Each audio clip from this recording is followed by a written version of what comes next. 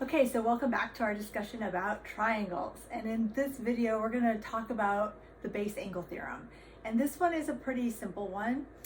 Actually, some of the theorems that we're going to talk about consecutively, they're all kind of tied together in some ways. So what does the base angle theorem say? It says that if you have an isosceles triangle, that the base angles are congruent. All right, so what's the base? What are base angles? Remember that in an isosceles triangle, it's defined as having two congruent sides, right? And then you've got a third side. That third side, the side that's not congruent to another side, is considered the base of the isosceles triangle.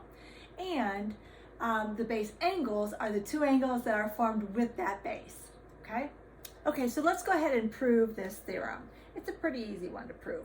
Now, I will say though, we are going to use one of the triangle congruence theorems, and I know in my class we haven't quite gotten there yet. It's just a matter of when do you introduce which material.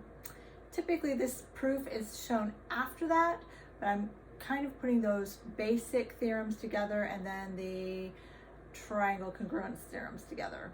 So here we go. All right, let's start this outline proof with what we're given. What are we given? In this case, we're given triangle END, and segment DE is congruent to segment DN. We're also told that B is the midpoint of segment EN.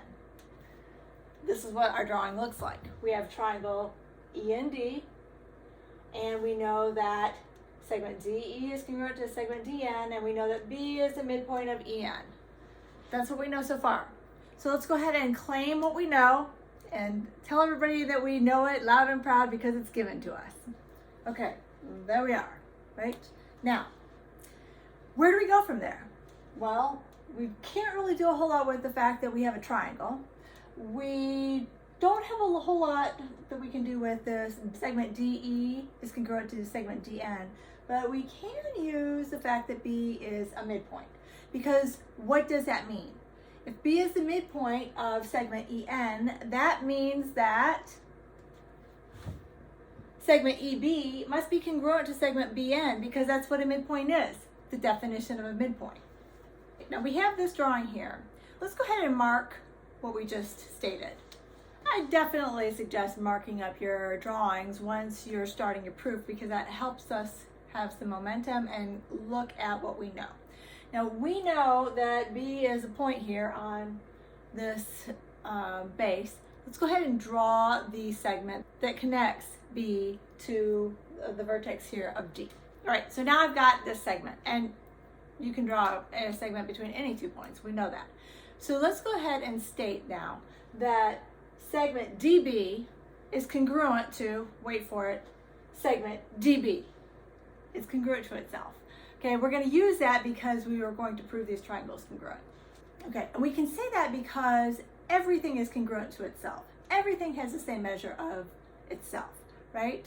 Now, where we're going next is we're going to say that these two triangles are congruent to each other, okay?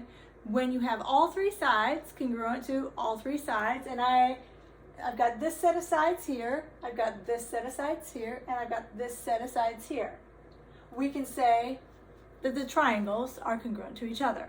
Now be careful the way you name them because the corresponding pieces need to be lined up. So we can say that triangle DBE is congruent to triangle DBN. And we can say that because of the side-side-side congruence postulate. Okay, we only have one step in the proof left, okay? When you've got these triangles congruent, you've already claimed it, you've already justified it, then the last thing you can do is anything that's a corresponding piece in the congruent triangles is known to be congruent. So, because I've stated that triangle DBE is congruent to triangle DBN, that means that angle E is congruent to angle N. Okay, and we can say that because of this abbreviation, CPCTC. What that stands for is the corresponding parts in congruent triangles are congruent. Got that? One more time. The corresponding parts of congruent triangles are congruent. All right, and we are done with this proof. Let's look at a couple of examples of exercises where we use the base angle theorem. Let's take a look at this example. I have an isosceles triangle, I have one angle measure, and I know that I'm looking for this angle x. The first thing I want to do is determine where's my base and where's my base angles, okay? Because I can go somewhere if I know that information.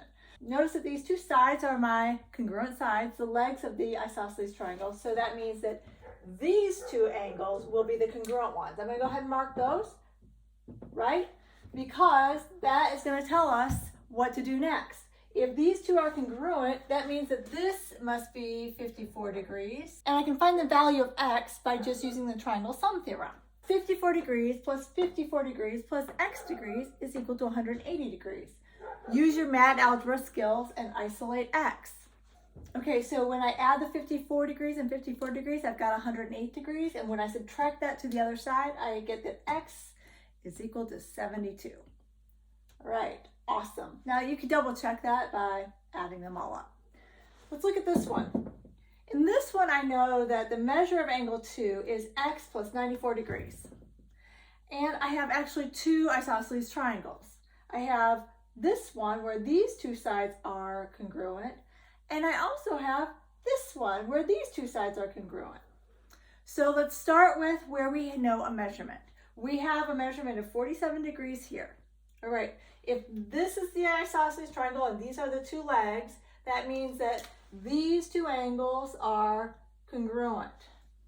Okay, but wait a second. Remember what we know about vertical angles. I can hop on over and say, well, that means that this angle must be congruent, right?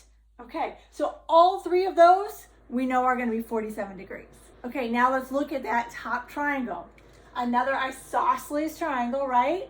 Okay, and so if this is the isosceles triangle, here's my base angles, which means that this angle is also 47 degrees. And now I know bits about all three of these interior angles. Let's think about what that means. If this angle is 47 degrees and this angle is 47 degrees, what's the numeric measure of angle 2? Okay, so we can say that 47 degrees plus 47 degrees plus the measure of angle 2 is going to equal 180 degrees. Awesome. Now use some algebra. 94 degrees plus the measure of angle 2 is 180 degrees. Subtract that 94 degrees and we know that the measure of angle 2 is 86 degrees.